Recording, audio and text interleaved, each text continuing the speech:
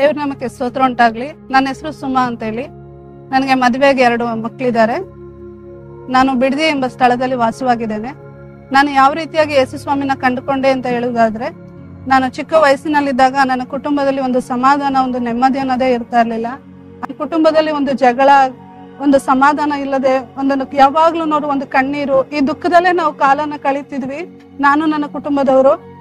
ಆದ್ರೆ ಕೆಲ ಸಮಯ ನಾನು ಯಾವಾಗ ಈ ರೀತಿಯಾದ ಸಮಸ್ಯೆನ ಎದುರಿಸ್ತಾ ಇದ್ನೋ, ಅದೇ ಸಮಯದಲ್ಲಿ ನನಗೊಬ್ರು ಯೇಸು ಸ್ವಾಮಿ ಬಗ್ಗೆ ಹೇಳಿದ್ರು. ಅವ್ರು ಹೇಳಿದ್ರು, ನೀನ್ ಯೇಸು ಸ್ವಾಮಿ ನಂಬು, ನಿನ್ನ ಸಮಸ್ಯೆಗಳು ನೀಗುತ್ತೆ, ಒಂದು ಸತಿ ಬಂದು ನೀನ್ ಪ್ರಾರ್ಥನೆ ಮಾಡು ನೋಡು ಅಂತ ಹೇಳಿದ್ರು. ಅದೇ ಪ್ರಕಾರ ನಾನು ಏನ್ ಮಾಡಿದೆ ಅಂತ ಹೇಳಿದ್ರೆ, ಒಂದು ದಿನ ನನ್ನ ಕುಟುಂಬದಲ್ಲಿ ದೊಡ್ಡ ಜಗಳ ನಡೀತಿತ್ತು.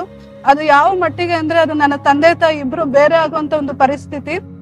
ಈ ರೀತಿ ಆಗ್ತಿದೆಯಲ್ಲ ಅಂತ ಹೇಳ್ಬಿಟ್ಟು ನಾನು ಪ್ರಾರ್ಥನೆ ಮಾಡ್ಲಿಕ್ಕೆ ಸಿದ್ಧಳಾದೆ.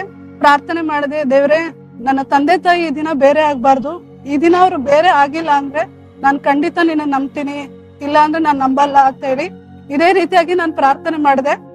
ಅದೇ ರೀತಿಯಾಗಿ ಅದೇ ಲಾಸ್ಟ್, ನನ್ನ ತಂದೆ ತಾಯಿ ಮತ್ತೆ ಜಗಳ ಆಡೇ ಇಲ್ಲ. ಆ ಒಂದು ಜಗಳ ಯಾವ ರೀತಿಯಾಗಿ ಸಮಾಧಾನ ಆಯ್ತು ಅಂತಾನೆ ಗೊತ್ತಿಲ್ಲ, ಆ ರೀತಿಯಾಗಿ ದೇವ್ರು ನಡೆಸ್ಕೊಟ್ರು. ಇದುವರೆಗೂ ನನ್ನ ತಂದೆ ತಾಯಿ ನಡುವೆಯಲ್ಲಿ ಅಂತ ಒಂದು ಜಗಳ, ಆ ಸಮಸ್ಯೆನ ನಾನು ನೋಡಿಲ್ಲ.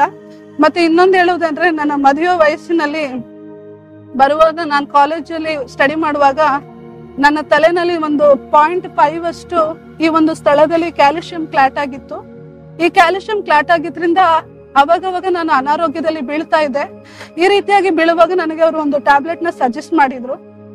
ಆ ಟ್ಯಾಬ್ಲೆಟ್ ನ ತಗೊಳ್ಳೋಂತವ್ರು ಯಾವುದೇ ಕಾರಣಕ್ಕೂ ಪ್ರೆಗ್ನೆಂಟ್ ಆಗಲ್ಲ ಅಂತ ಹೇಳಿದ್ರು.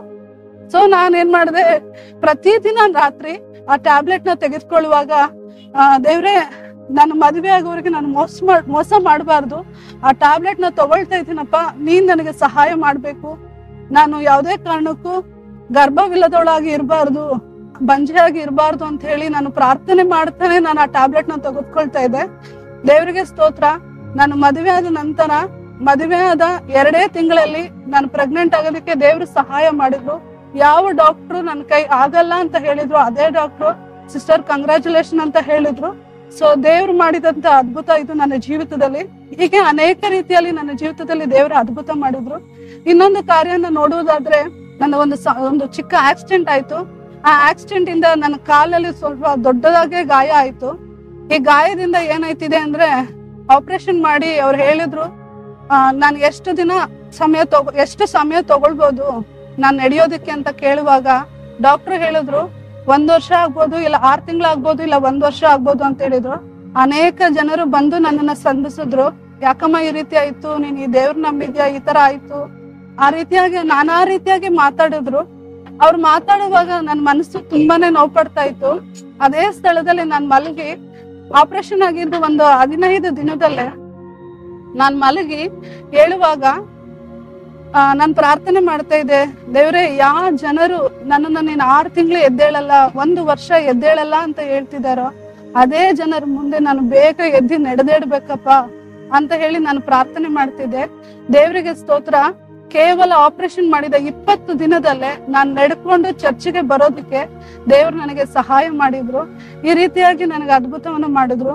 ಇನ್ನೊಂದು ಕಾರ್ಯ ಏನಂತ ಹೇಳಿದ್ರೆ, ನಾನು 3 ತಿಂಗಳು ನಡೆಯೋದಕ್ಕೆ ಆಗದೇ ಇರೋ ಮಟ್ಟಿಗೆ ಬೆನ್ನು ನೋವಿಂದ ನರಳ್ತಾ ಇದ್ದೆ.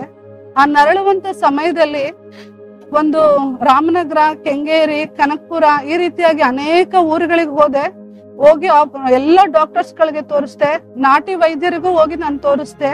ಆದ್ರೆ ಯಾವುದನ್ನು ಸಹ ನನ್ನ ಗುಣಪಡಿಸಿಲ್ಲ.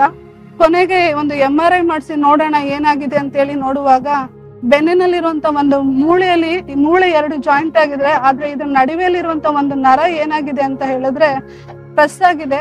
ಸೊ ಇದಕ್ಕಾಗಿ ಆಪರೇಷನ್ ಮಾಡ್ಲೇಬೇಕು ಅಂತ ಹೇಳಿದ್ದಾರೆ ಅಂತ ಹೇಳ್ಬಿಟ್ರು. ಸೊ ನನಗೆ ಬೇರೆ ದಾರಿ ಇಲ್ಲ, ಯಾಕಂದ್ರೆ ನನ್ನ ಹತ್ರ ಇದ್ದಿದ್ ನನ್ನ 2 ಮಕ್ಳು, ಚಿಕ್ಕ ಮಕ್ಳು, ನಾನು ಹೀಗೆ ಮಲ್ಕೊಂಡಿದ್ರೆ ಆಗಲ್ಲ ಅಂತೇಳಿ ನಾನು ಆಪರೇಷನ್ಗೆ ಒಪ್ಕೊಂಡು ಸಂಡೇ ನಾನು ಚರ್ಚಿಗೆ ಬಂದೆ. ಮಂಡೇ ನಾನು ಆಪರೇಷನ್ಗೆ ಹೋಗ್ಬೇಕಾಗಿತ್ತು. ಸೇವಕರನ್ನ ಕೇಳಿದೆ. ಸೇವಕರು ಹೇಳಿದ್ರು, ಯಾವುದೇ ಕಾರಣಕ್ಕೂ ನೀನು ಆಪರೇಷನ್ ಮಾಡಿಸ್ಕೋಬೇಡಮ್ಮ, ನಾನ್ ನಿನಗಾಗಿ ಪ್ರಾರ್ಥಿಸ್ತೀನಿ ಅಂತ ಹೇಳಿದ್ರು. ಅವ್ರು ಹೇಳಿದ ಅದೇ ರೀತಿಯಾಗಿ ನಾನು ಬಂದು 3 ವಾರಗಳು ಅದೇ ನಂಬಿಕೆಯಲ್ಲಿ ಬಂದು ಪ್ರಾರ್ಥನೆ ಮಾಡಿಸ್ಕೊಂಡು ಹೋಗ್ತಾ ಇದ್ದೆ. ಅವ್ರು ಯಾವ ರೀತಿಯಾಗಿ ಪ್ರಾರ್ಥನೆ ಮಾಡಿದ್ರೋ ಅದೇ ರೀತಿಯಾಗಿ ಕೇವಲ 3 ವಾರದಲ್ಲಿ ಯಾವುದೇ ಆಪರೇಷನ್ ಇಲ್ದಿರ ನನಗೆ ಆ ಒಂದು ಬೆನ್ನು ನೋವಿಂದ ಬಿಡುಗಡೆ ಆಯ್ತು. ಈ ದಿನ ನಾನು ನಿಂತಿರೋದು ನಿಜವಾಗ್ಲೂ ದೇವ್ರ ಒಂದು ಶುದ್ಧವಾದ ಕೃಪೆ.